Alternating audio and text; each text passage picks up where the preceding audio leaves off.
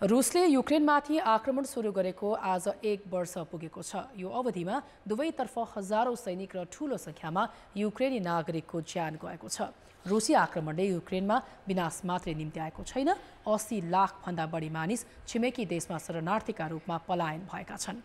तर युद्ध अन्त्य हुने संकेत देखिएको छैन। 1 वर्ष अघि रुसले युक्रेनमा सुरु गरेको आक्रमणपछि युक्रेनका सहरहरू भग्नावशेषमा परिणत हुँदा युक्रेनका हजारौं सर्वसाधारणले ज्यान गुमाएका छन्। 80 लाख भन्दा बढी मानिस छिमेकी देशमा शरणार्थी बनेका छन्।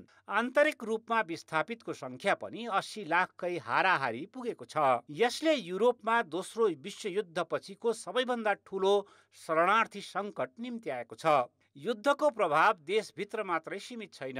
युक्रेन र रुसबाट हुने खाद्यान्न निर्यातमा परेको प्रभावले युरोप र विश्वका अन्य देशमा खाद्यान्नको अभाव र चर्को मूल्य वृद्धि भएको छ। नेपालले पनि यसको मार भोग्नु परेको छ। अमेरिका र पश्चिमा देशको आर्थिक प्रतिबन्धले रुसी अर्थतन्त्रलाई केही असर पारे पनि चीन, भारत जस्ता देशले उसको तेल खरिद गरेकै छन्। 2022 को सेप्टेम्बर 30 मा रुसले युक्रेनका 4 प्रान्त लुहान्स्क, डोनेत्स्क तथा जापोरिजिया र खेर्सोन आफूमा गाभेको घोषणा गर्यो।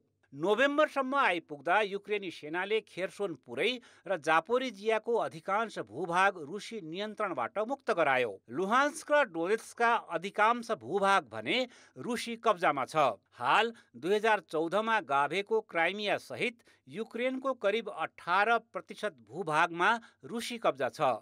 आक्रमण सुरु गरेको केही दिनभित्रै राजधानी किएभ नियन्त्रणमा लिने र आफू समर्थक सरकार स्थापना गर्ने रुसी रणनीति सैन्य योजनामा भएको गम्भीर त्रुटि र सशक्त तथा चातुर्यपूर्ण युक्रेनी प्रतिकारका कारण असफल भयो। किएभ नियन्त्रणको सपना छाडेर अब रुस पूर्वी डोनबास क्षेत्रलाई नियन्त्रणमा लिने लक्ष्यमा सीमित छ। अमेरिका लगायतका पश्चिमा देशले गरेको सैन्य सहयोगका कारण नै युक्रेनले युद्ध मैदानमा रुसलाई कडा टक्कर दिन सकेको हो। अमेरिका एक्लैले $30 अर्ब सहित पश्चिमा देशले युक्रेनलाई करिब $40 अर्ब बराबरको सैन्य सहायता दिइसकेका छन्। रुसले युक्रेनमाथि आक्रमण गर्नुको मूल कारण अमेरिकी नेतृत्वको पश्चिमा सैन्य गठबन्धन नेटोको सैन्य विस्तार आफ्नो सीमासम्म पुग्नबाट रोक्नु हो भन्दै आएको छ।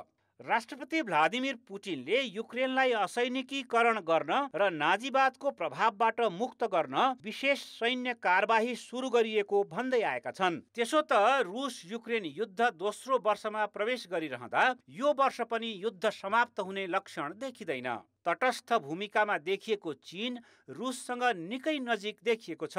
अमेरिकाले आशंका गरे जस्तै चीनले रणनीति परिवर्तन गर्दै रुसलाई घातक हतियार र गोला बारुद आपूर्ति सुरु गरेमा रुस युक्रेन युद्धको परिदृश्य बदलिनेछ। विश्वशक्ति बन्ने दिशामा अघि बढिरहेको चीन अमेरिकाको सेखी झार्न पनि तत्काल युद्ध समाप्त होस् भन्नेमा देखिन्न। अमेरिकी राष्ट्रपति जो बाइडन अचानक युक्रेनको राजधानी किएभ नै पुगेर साथ दिने वचन दिनुले पनि परिस्थिति थप जटिल बन्दै जाने संकेत गर्छ।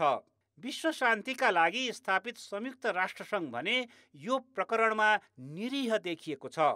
रुस युक्रेन युद्ध वास्तवमा रुस र अमेरिका बीचको छद्म युद्ध हो भन्नेमा कुनै दुविधा छैन। यसको मार भने युक्रेनी जनताले खेप्नु परेको छ। युद्धको अन्त्य कसरी हुन्छ तत्काल आंकलन गर्न नसकिए पनि यो युद्धले विश्वको शक्ति संरचनालाई नयाँ युगमा प्रवेश गराउने देखिन्छ।